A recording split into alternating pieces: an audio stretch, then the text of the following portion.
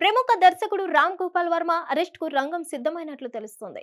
AP CM Chandrababu, deputy CM Pawan Kalyan, మంత్రి నారా లోకేష్ ఫోటోలు morphing చేసి ఎక్స్ లో పోస్ట్ చేసిన కేసులో రామ్ గోపాల్ వర్మ విచారణ ఎదుర్కొంటున్నారు. ఈ విషయంలో ప్రకాశం జిల్లా మద్దిపాడు పిఎస్ లో కేసు నమోదైంది. అయితే ఈ కేసులో పోలీసుల విచారణకు వర్మ డుమ్మా కొడుతూ వస్తున్నారు. ఈ రోజు విచారణకు హాజరు కావాల్సి ఉండగా రాలేనంటూ లాయర్ ద్వారా పోలీసులకు సమాచారం పంపారు. దీంతో రంగంలోకి దిగిన ఒంగోలు పోలీసులు సరాసరి హైదరాబాద్ లోని ఆర్జీవీ ఇంటికి వెళ్లారు. ఆయన్ని అరెస్ట్ చేసే అవకాశం ఉన్నట్లు తెలుస్తోంది. డైరెక్టర్ రామ్ గోపాల్ వర్మ మరోసారి పోలీసు విచారణకు దుమ్మా కొట్టారు. విచారణకు హాజరు కావడం లేదంటూ లాయర్ ద్వారా పోలీసులకు వర్మ సమాచారం పంపారు. CM Chandrababu, deputy CM Pawan Kalyan, మంత్రి నారా లోకేష్ ఫోటోలు మార్పింగ్ చేసి ఎక్స్ లో పోస్ట్ చేసిన కేసులో రామ్ గోపాల్ వర్మ విచారణ ఎదుర్కొంటున్నారు. దీనికి సంబంధించి ఒంగోలు రూరల్ పోలీస్ స్టేషన్ లో వర్మపై కేసు నమోదైంది. దీంతో విచారణకు రావాల్సిందిగా పోలీసులు నోటీసులు జారీ చేశారు. మొదటిసారి ఈ నెల 19న వర్మ పోలీసుల ఎదుట విచారణకు రావాల్సి ఉండగా వారం రోజులు గడువు కావాలని కోరారు. వర్మ విజ్ఞప్తి మేరకు పోలీసులు వారం రోజులు గడువు ఇచ్చారు. దీంతో ఈ రోజు మరోసారి ఒంగోలు రూరల్ పోలీస్ స్టేషన్ లో రామ్ గోపాల్ వర్మ కేసు విచారణ జరగాల్సి ఉంది. ఉదయం 11 గంటలకు విచారణకు హాజరు కావాలని వర్మకు Ongole rural CI Srikanth notice ఇచ్చారు. అయితే ఈ రోజు విచారణకు కూడా డైరెక్టర్ డుమ్మా కొట్టేశారు. విచారణకు హాజరు కావడం లేదంటూ తన లాయర్ శ్రీనివాస్ కు వర్మ సమాచారం ఇచ్చారు.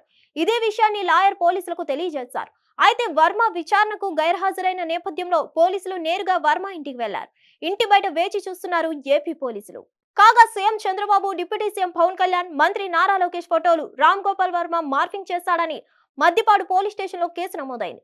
మార్పింగ్ చేసిన ఫోటోలు ఎక్స్ లో పోస్ట్ చేస్తాడని టీడీపీ మండల కార్యదర్శి రామలింగం మద్దిపాడు పిఎస్ లో ఫిర్యాదు చేశారు.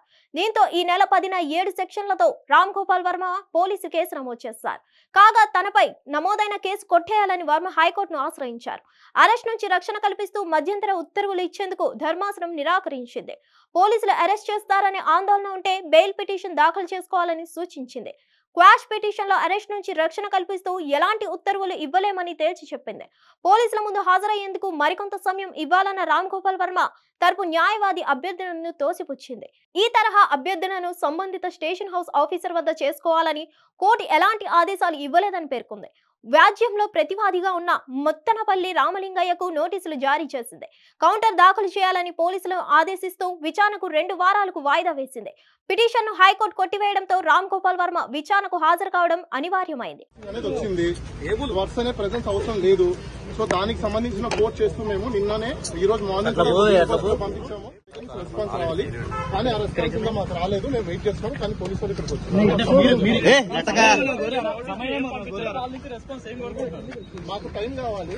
అలానే ఫిజికల్ గా ప్రెసెన్స్ అవసరం లేదు. ఇప్పుడు డిజిటల్ ఇండియా వచ్చింది కాబట్టి, డిజిటల్ పోలీసింగ్ కూడా వచ్చింది కాబట్టి వర్చువల్ మోడ్ లో మాకు ఇవ్వండి. మేము వర్చువల్ లో మీకు ఇన్వెస్టిగేషన్ కి కోఆపరేట్ చేస్తామని చెప్పారు. తర్వాత మళ్ళీ ఎక్స్టెన్షన్ టైం కూడా అడిగే అవకాశాలు ప్రతి ఒక్కరికి ఉంటాయి కాబట్టి మేము ఎక్స్టెన్షన్ టైం కూడా అడిగాము. ఇది ప్రీ షెడ్యూల్ ఆయనకున్న ప్రాజెక్టుల రీత్యా మేము ఆయన షెడ్యూల్ తీసుకొని మేము టైమింగ్స్ అడగడం. హైకోర్టు ఆశ్రయించిన తర్వాత పోలీసులు కూడా సహకరించాలి అని చెప్పి హైకోర్టు ఆదేశాలు ఇచ్చింది కదా. హైకోర్టుకి సహకరించాము. హైకోర్టుకి ఆశ్రయిస్తే ఇంకా బెయిల్ అప్లికేషన్ సంబంధించిన రేపు వాదనలు ఉంటాయి. క్వాష్ పిటిషన్ కూడా మేము ఫైల్ చేస్తాము. అది కూడా హీరింగ్ క్వాష్ కొట్టేలేదు. అదే మీకు చాలా మంది తెలియదండి, క్వాష్ కొట్టలేదు. క్వాష్ కి ఇన్స్ట్రక్షన్స్ కి నోటీస్ కి పంపించింది. వాళ్ళ సైడ్ నుంచి కౌంటర్లు దాఖలా చేయాలి. దాన్ని కొట్టడం అన్నారు. దాన్ని కౌంటర్ వేసిన తర్వాత ఫైనల్ గా హీరింగ్ చేసి అసలు ఈ కేసు నిలబడతాదా లేదా అని చెప్పి తర్వాత చెప్తారు.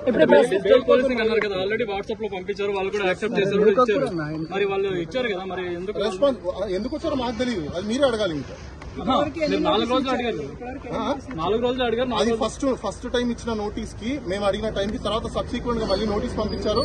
దానికి కూడా మేము ఆన్సర్ ఇచ్చాము. స్పీడ్ పోస్టులు కూడా పంపిస్తున్నాము. అలానే వాళ్ళకి వాట్సాప్ లో కూడా షేర్ చేస్తాము. ఎస్పీకి పంపించాము, డిఎస్పీకి పంపించాము, అలానే ఎస్పీకి సంబంధించిన సీసీ వాళ్ళకి పంపించాము, ఎస్ఎస్ఓకి పంపించాము. అదే విధంగా ఎవరికి సర్కిల్ ఎప్పుడు పోలీసులు విచారణకు హాజరయ్యే అవకాశం ఉంది.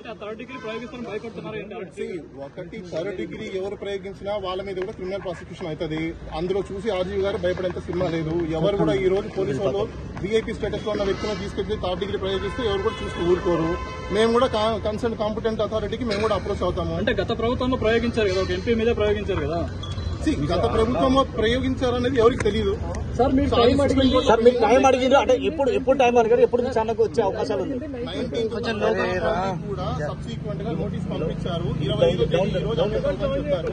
దానికి సంబంధించి మేము ఈ రోజు మార్నింగ్ వాళ్ళకి వాట్సాప్ లో పంపించాము, పోస్ట్ కూడా పంపించాము. డెలివరీ అవ్వడానికి ఏం తప్పు చేయలేదు. ఇదేమి దేశద్రోహం కేసులో కాదు, లేకపోతే ఇంటర్నేషనల్ మాఫియాలో కాదు. ఇది ఒక డిజిటల్ కి సంబంధించిన ఒక పోస్ట్ చేశారని చెప్పేసి ఒకరు కంప్లైంట్ చేశారు. అసలు నిజంగా అది కంప్లైంటా కాదా లేదా అని వెరిఫై చేయడానికి మాకు ఇంకా సమయం కావాలి. వాళ్ళు కంప్లైంట్ ఇచ్చారు, వాళ్ళు ఎఫ్ఐఆర్ కట్టారు, అది ప్రాసెస్. ఆ ప్రాసెస్ అయిపోయిన తర్వాత నెక్స్ట్ ఏం తీసుకోవాలి ఏంటంటే చూసి మేము కూడా దాని మీద యాక్షన్ తీసుకుంటాం. ఒకటి ఇప్పుడు సుప్రీంకోర్టు ఇచ్చిన గైడ్లైన్స్ ప్రకారం ఏ వ్యక్తి పోలీస్ స్టేషన్కి వెళ్తే అది కంప్లైంట్ ఇచ్చారంటే ఎఫ్ఐఆర్ కట్టడం అనేది వాళ్ళ రెస్పాన్సిబిలిటీ కాబట్టి పోలీసు వాళ్ళు కట్టారు. తర్వాత వాళ్ళు మాకు నోటీస్ ఇచ్చారు, నోటీస్ ప్రకారం మేము కూడా ఫాలో అవుతాం. రూల్ ఆఫ్ లా ఏదైతే ఉందో దాన్ని కంటిన్యూ చేస్తాం. హిట్ టీవీ యాప్ ని డౌన్లోడ్ చేసుకోండి. ఇందులో short news, live news, entertainment movies అన్ని అవైలబుల్ గా ఉన్నాయి. Please download hit TV app. Hit TV app ని ఫ్రీగా డౌన్లోడ్ చేసుకోండి.